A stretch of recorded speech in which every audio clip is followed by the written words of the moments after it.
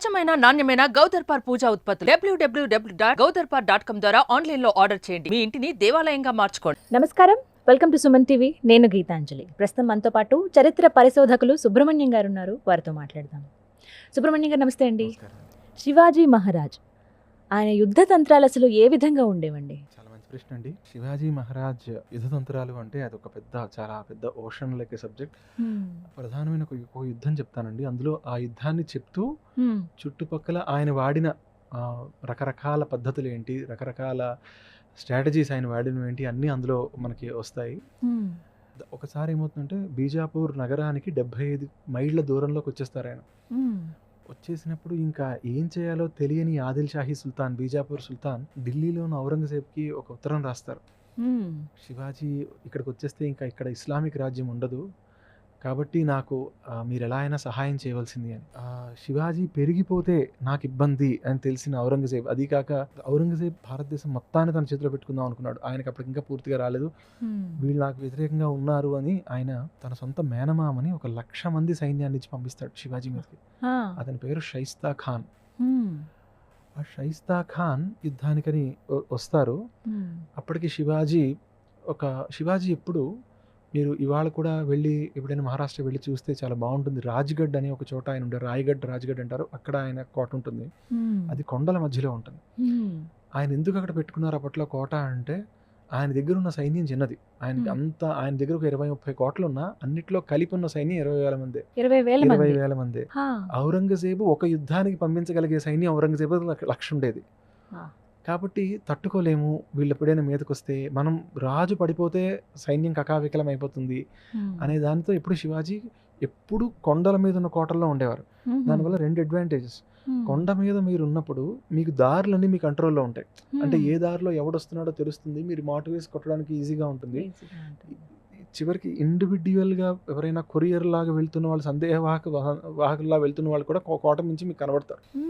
So అందువల్ల కింద ఎవరున్నారో తెలుస్తుంది. ఎవడైనా మన మీదకి రావాలంటే వాడు కొండెక్కొచ్చి మన కొట్టాలి, మనం పైనుండి కొడతాం, మనకి శక్తి ఎక్కువ ఉంటుంది, స్థానబలం మనకు ఉంటుంది. కాబట్టి శివాజీ రాజ్గఢ్ దగ్గర ఉన్నారు. ఏం చేయాలి? ఈ షైస్తా ఖాన్ ఆలోచించాడు. 1,00,000 మంది తన దగ్గర ఉన్నారు. సరే, ఒక పని చేద్దాం, శివాజీ తాలూకా బయట ఉన్న చిన్న చిన్న కోటల్ని కొట్టుకుంటూ వెళ్దామని చెకన్ అని ఒక కోట ఉందండి శివాజీ మహారాజ్. ఆ చెకన్ కోటలో ఫిరంగోజీ అని ఒక అతను ఉండేవారు. ఆయన దగ్గర 500 మందే సైన్యం. సో అలా అంత తక్కువ వాటితోనే మెయింటైన్ అయ్యేవాళ్ళం అప్పట్లో. అంతకన్నా శక్తి ఉండేది కదా శివాజీ దగ్గర. అక్కడికి మరి 500 మంది మీదకి 1,00,000 మందితో వెళ్తామలే అని 5-6 వేల మందిని పంపిస్తాడు ఆ షైస్తా ఖాన్. ఆ ఫిరంగోజీ అన్న ఆయన, అతనికి ఫిరంగోజీ అన్నది బహుశా బిరుదు అనుకుంటున్నాను నేను. ఎందుకంటే అతను ఈ ఫిరంగులు వాటిని పేల్చడంలో చాలా గొప్పవాడు. ఆయన చూస్తాడు, 1000 మంది సైన్యం వస్తుంది, నా దగ్గర 100లో ఉన్నారు. సో వీళ్ళకి సాధ్యమైనంత ఎక్కువ డ్యామేజ్ చేసి నేను ఇక్కడి నుంచి వెళ్ళిపోతాను అని ఆయన అనుకుంటారు. అనుకుని ఏం చేస్తారంటే, తారాజువ్వలు తెలుసు కదా, ఇప్పుడు రాకెట్లు వేస్తాం, పాత రోజుల్లో ఇలా పట్టుకుని తారాజువ్వలు వేస్తాం. ఆ తారాజువ్వల్లో మామూలుగా బాణాసంచా పెడతారు. ఆయన ఫిరంగి గుండు పెడతాడు. అందులో పెట్టి బయటకి మామూలు దాంతో కలిపి ఒత్తి వెలిగించి వస్తున్న సైన్యం మీదకి వదులుతారు వాటిని. ఫస్ట్ లెవెల్ ఆఫ్ రాకెట్స్ అవి. ఇప్పుడు మనం అయితే రాకెట్స్ మిసైల్స్ అనుకుంటామో అది క్రూడెస్ట్ వెర్షన్ ఆఫ్ దట్. అది ఎప్పుడైతే ఔరంగజేబ్ సైన్యం మీద వస్తుందో, తారాజువ్వలేరా ఏముంది దాంట్లో, వాటికి కూడా భయపడిపోతామో, మన అరవేర భయంకర్లు అనుకుని వీళ్ళు ఎదురు వెళ్తారు. అందులో ఫిరంగి గుండు 100 మందిని చంపితే వీడి నింపింది ఒక 2-3 చంపగలదు. అంతంతుంది అందులో. దాంతో చాలా సైన్యం నష్టపోతుంది, ఎందుకంటే వాళ్ళు ఎక్స్పెక్ట్ చేయలేదు దాన్ని. దాంతో 2వ వేవ్ని పంపిస్తాడు.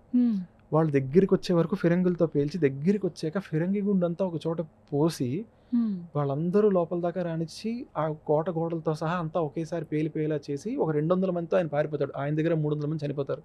కానీ శత్రువు దగ్గర 5-6 వేల మంది సైనికులను కోల్పోతాడు యుద్ధంలో. దీనివల్ల ఇది గెరిల్లా యుద్ధ తంత్రాల్లో ప్రధానంగా ఇప్పుడు కూడా గెరిల్లా వార్ స్ట్రాటజీస్ అంటారు. శివాజీ పాటించింది ఇవే. ఇందులో పెద్దది ఏంటంటే శత్రువుని మానసికంగా దెబ్బతీయడం.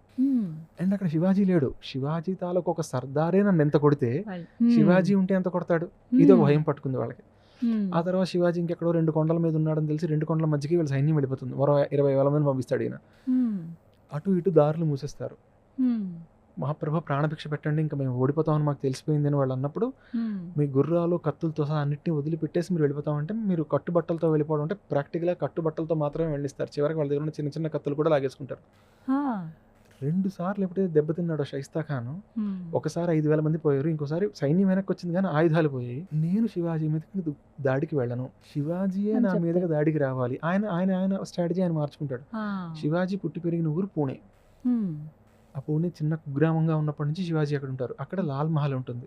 అక్కడే శివాజీ చిన్నతనం అంతా పెరిగిన ప్రదేశం. అంటే శివాజీ అంటే రాజు అంటే కొండల్లో వెళ్ళి ఉండొచ్చు కానీ ప్రజలందరూ వెళ్ళి కొండల్లో ఉంటారు కదండి. మామూలుగా వ్యవసాయం చేసేవాళ్ళు, వర్తకులు, వాళ్ళందరూ పూణేలోనే ఉంటారు. పూణే మీదకి వచ్చి పూణేని ఆక్రమించుకుంటాడు ఆయన.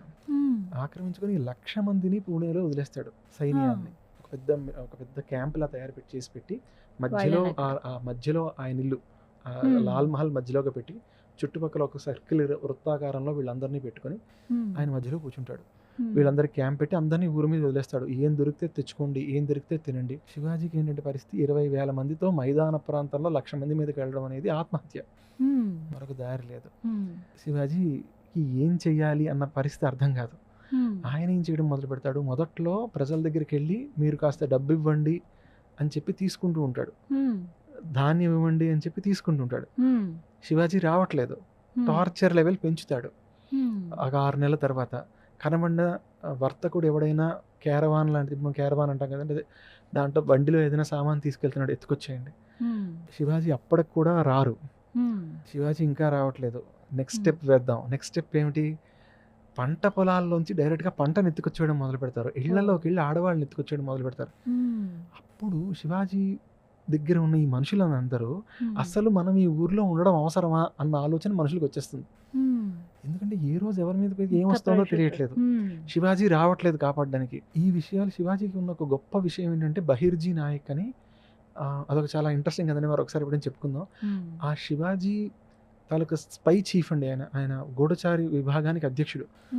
గూఢచర్యంలో శివాజీ ఒక కొత్త పుంతలు తొక్కారు. యాక్చువల్గా 3,000 మంది గూఢచారులు మెయింటైన్ చేసేవారండి. ఆయన చిన్న రాజ్యంగా ఉన్నారు, అంటే 20,000 సైన్యం ఉంటేనే 3,000 మంది గూఢచారులు ఉండేవారు ఆయనకి. వాళ్ళందరూ వచ్చి శివాజీకి చెప్తారు, అయ్యా అసలు ప్రజలే ఇంక వెళ్ళిపోయే పరిస్థితి వస్తుంది, మనం ఏదో ఒకటి చేసి మనం ఇక్కడి నుంచి పంపించాలి. ఎలా పంపించడం, ఒక ప్రమాదకరమైన ఒక స్ట్రాటజీ తయారు చేస్తారండి. ఆ స్ట్రాటజీ ఎందుకు ఇంపార్టెంట్, దాన్ని ఇప్పటికి కూడా చదువుతున్నారు ప్రజలు. ఇండియాలో దానికి ఎక్కువ లేదు కానీ మీ యూఎస్ అలాంటి చోట్ల ఉంది, అది ఎందుకు చెప్తాను తర్వాత మీకు. ఆయన ఏం చేస్తారంటే తన బాల్య స్నేహితులు ఎవరైతే పూణేలో ఉన్నారో, ఆయనతో కలిసి ఆడుకున్న ఫ్రెండ్స్ ఎవరైతే ఉన్నారో, దోస్తులు ఎవరైతే ఉన్నారో వాళ్ళందరినీ పిలిపిస్తారు. పిలిపించి వాళ్ళకు పరీక్ష పెడతారు. అరే మనందరం కోతి కొమ్మచ్చి ఇలాంటి ఆటలన్నీ మా ఇంట్లో ఆడాం కదా, దాగుడు మూతలు ఇవన్నీ ఆడాం కదా, మా ఇల్లు 20 గదులు ఉంటాయి నా లాల్ మహల్లో, 20 గదుల్లో ఏ గదిలోంచి ఏ గదిలోకి ఎలా వెళ్ళొచ్చు, ఎలా మెట్లు దిగాలి, ఎలా ఎక్కాలి, ఎక్కడెక్కడ ఉన్నాయి, ఇది నాకు మీరు ఇప్పుడు చెప్పాలి. 10 మంది ఫ్రెండ్స్లో 2 మాత్రం యాజ్ ఇట్ ఈస్గా ఇల్లంతా చెప్పగలుగుతారు. వాళ్ళందరూ చిన్నప్పుడు ఆడుకున్నారండి, పెద్దయ్యాక మామూలుగా ఇంటికి వచ్చి వెళ్ళడమే కదా, కార్నర్స్తో సహా తెలియాలి, ఇల్లు మూలకి ఇల్లు తెలియాలి కదా. 2 చెప్పగలుగుతారు, ఒకళ్ళు చిన్నాజీ, ఇంకోళ్ళు బాజాజీ. వాళ్ళిద్దరిని మీ ఇద్దరు నా ఇద్దరు సర్దార్లు యుద్ధానికి అంటారు. అసలు ఏంట్రా ఎవరితో యుద్ధం చేస్తున్నారా అని అడుగుతారు వాళ్ళు. ఏరా పోరానే మాట్లాడుకునేవారు మిత్రులు కాబట్టి. అంటే శివాజీ అంటారు, మనం ఇప్పుడు లాల్ మహల్ మీదకి వెళ్తున్నాం అంటే ఎంతమందితో అంటారు, 400 మందితో అంటారు శివాజీ. అన్న అక్కడ ఉన్నది 1,00,000 మంది, నువ్వు 400 మందితో వెళ్తానంటున్నావు అంటే నా సైన్యంలో ఉన్న అతి గొప్ప సైనికులు 400 మందిని నేను ఇచ్చాను. మీ ఇద్దరికి రూట్ పెర్ఫెక్ట్గా ఇంట్లో తెలుసు, నేను మీ ఇద్దరు మన ముగ్గురమే సేనకి నాయకత్వం వహిస్తున్నాం. కానీ మనకి ఎప్పుడు వాళ్ళు అడుగుతారు, వెళ్తాం సరే అసలు మనకి ఎక్కడ ఎవడున్నాడు, ఎలా ఎవడున్నాడు ఇదంతా తెలుసా అంటే, బహిర్జీని నేను ఆల్రెడీ చెప్పెట్టాను రా, బహిర్జీకి గూఢచారికి చెప్పాను, గూఢచారి విభాగానికి అధ్యక్షుడికి. ఆయన ఇప్పటికే 400 మంది గూఢచారులు ఆల్రెడీ లోపలికి వెళ్ళారు. ఏం చేశారు వాళ్ళు, ఇదిగో వాళ్ళు ఎవడెవడు ఎక్కడెక్కడ ఉన్నాడో ఇదిగో మ్యాప్ మన వాళ్ళకి గీసి తెచ్చారు. 2 మన గూఢచారులు అంటే శివాజీ మహారాజ్ గూఢచారులకి కొన్ని పనులు నేర్పించేవారండి. ప్రధానంగా పనులు ఏం నేర్పించేవారంటే ఒంటికి మాలిష్ చేయడం. ఒళ్ళు పడతారు కదా, అంటే సైన్యానికి వెళ్ళే సైనికులకు తొందరగా ఒళ్ళు నొప్పులు వస్తాయి ఆ గుర్రాల మీద, కాబట్టి దానికి ముందు అది ఆ మాలిష్ చేయడం చేయగలిగే వాళ్ళు. 2 బట్టలు ఉతకడం. సైనికులకి వాళ్ళ బట్టలు అవి ఉతికే వాళ్ళు అలాంటి వాళ్ళు ఎవరు రారు యుద్ధానికి, కాబట్టి అవి చేసేవాడు ఎవడో ఒకడు కావాలి. అలా వాళ్ళు నాకు 400 జతల దుస్తులు ముఘల్ సైనికులు తెచ్చిచ్చారు మనకి, వాళ్ళ బట్టలు వేసుకొని మనం వెళ్తాం. ఎప్పుడు వెళ్తామండి, దానికి కూడా నేను ఆలోచించాను పథకం. రంజాన్ నెల వస్తుంది, రంజాన్ నెలలో వీళ్ళు పొద్దున్న తినేసి మళ్ళీ రాత్రి తింటారు, మధ్యలో ఉపవాసం చేస్తారు. మొదటి 3-4 రోజులు ఒంట్లో అప్పటిదాకా ఉన్న శక్తి వాళ్ళకి కాస్త ఉపకారం చేస్తుంది. 5వ రోజు నుంచి పాత శక్తి ఇంక ఉండదు. అప్పటి నుంచి బాడీ తను తానే డెవలప్ చేసుకుంటూ వెళ్ళాలి. పాతగా రిజర్వ్ స్టాక్ అంతా అయిపోతుంది. కాబట్టి అప్పటి నుంచి నిద్ర ఎక్కువ పడుతూ ఉంటుంది వాళ్ళకి రాత్రిపూట. కాబట్టి 6వ రోజు రాత్రి మనం యుద్ధానికి వెళ్తా ఉంటాం. 6వ రోజే ఎందుకు అంటారు వీళ్ళు.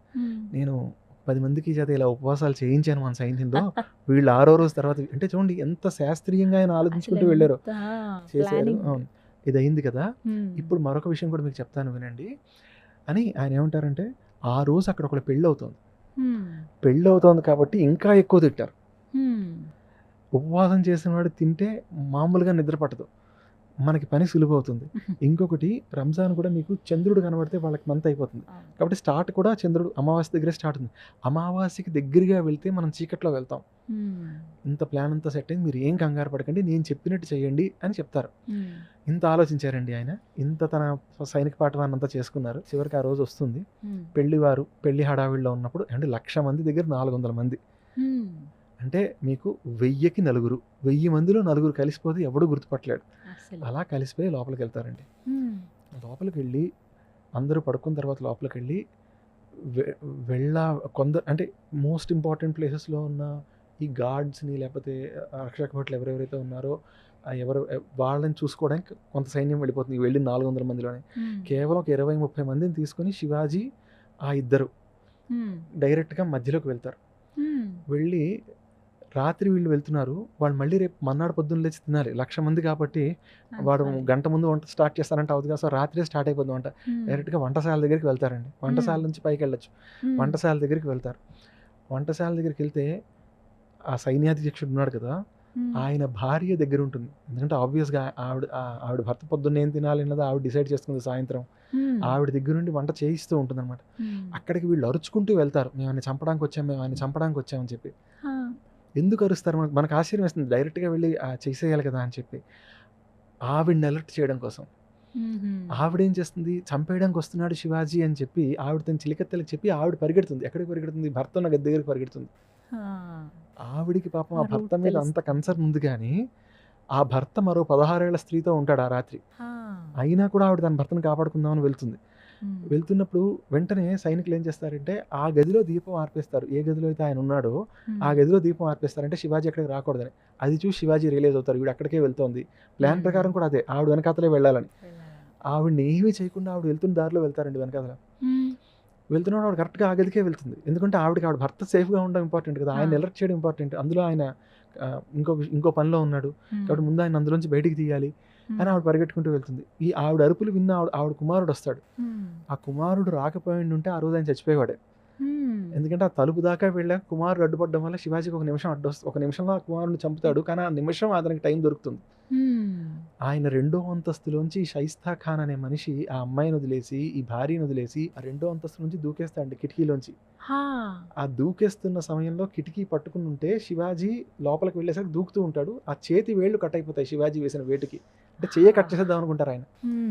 అయిపోయాక ఆయన పడ్డాడు కదా కిందన. సగం మంది ఏంటి రాత్రి కన్ఫ్యూజన్లో ఉన్నారు. ఇప్పట్లో ఎలక్ట్రిక్ ల్యాంప్లు ఏం లేవు కదా, కాగడాల వెలుతురులో సగం మంది ఆయన చుట్టూ వెళ్తారు ఆయన కాపాడుకోవడానికి, అంగరక్షకులు వాళ్ళు. శివాజీ వాళ్ళు కూడా వీళ్ళ సైనికుల బట్టల్లోనే ఉన్నారు. వీళ్ళందరూ మన సుల్తాన్ మీద దాడి జరిగింది, మన సైనికుడి మీద దాడి జరిగింది, కాపాడండి అతన్ని కాపాడండి, వీళ్ళే అరుచుకుంటూ బయటకు వచ్చేస్తారు క్యాంప్లోంచి.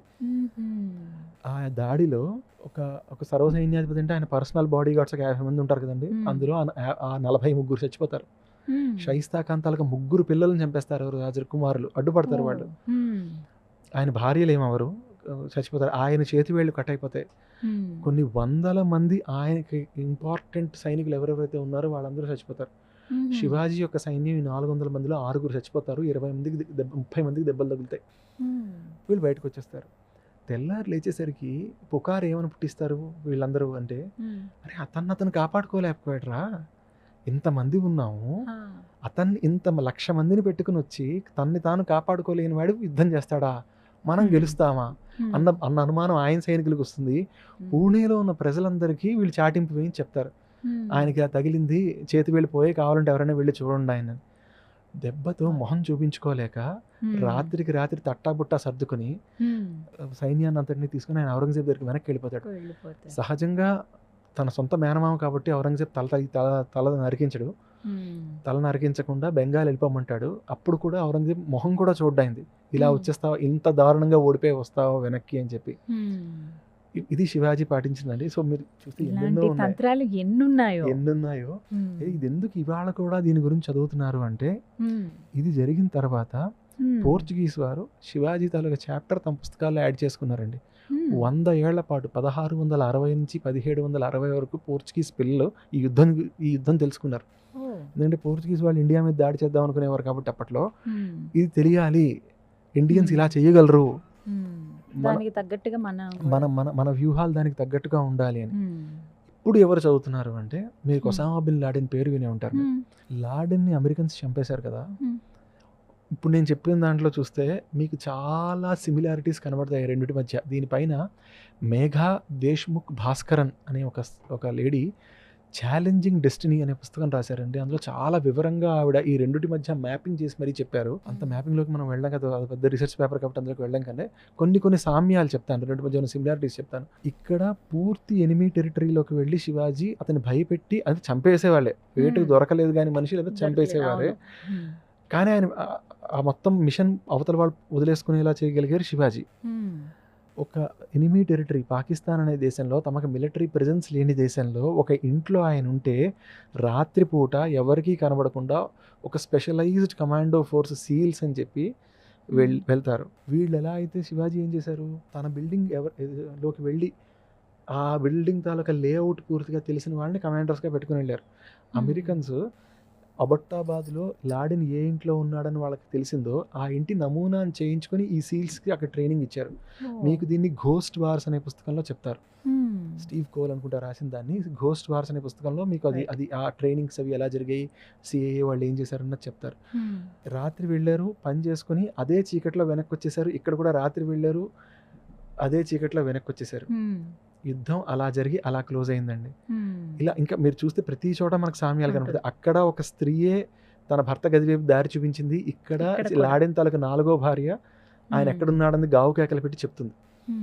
సో అక్కడ కూడా ఎవరైతే ఇమోషనల్గా మనకి అంటే ఒక ఇమోషనల్ బాండింగ్లో ఉంటారో వాళ్ళకి సడన్గా ఇలాంటిది ఏదైనా జరిగితే ఆ సర్ప్రైజ్ మూమెంట్లో న్యాచురల్ ఇన్స్టింక్ట్ వైపు మనందరం వెళ్తాం కదా, అలా వెళ్ళేలా 2 చోట్ల జరుగుతుంది. కాబట్టి ఇంకా మనం చెప్పుకుంటే చాలా సామ్యాలు వస్తాయండి. కానీ ఇది కాబట్టి ఈ తంత్రాన్ని ఇప్పటికీ చాలామంది అధ్యయనం చేస్తున్నారు. అసలు మిలిటరీ స్ట్రాటజీస్లో శివాజీస్ మిలిటరీ స్ట్రాటజీస్ మీద కూడా పుస్తకాలు ఉన్నాయి. మన ఇండియన్ జనరల్సే రాశారు కొందరు వాటిని. అవి ఎలా చేశారు ఏంటి అనేది మనం ఎప్పుడైనా మనం డీటెయిల్ వాటిని మాట్లాడుకోవచ్చు. ఒక సిరీసే చేయొచ్చు. అదే అసలు శివాజీ మహారాజ్ యుద్ధ తంత్రాలు ఏ విధంగా అదండి. ఒకటి, అవతల వాడు ఏం చేస్తున్నాడో ముందుగా తెలుసుకోవడం. 2, అన్నిటికీ తనకి సరిపడా రిసోర్సెస్ ఉన్నాయా లేదా.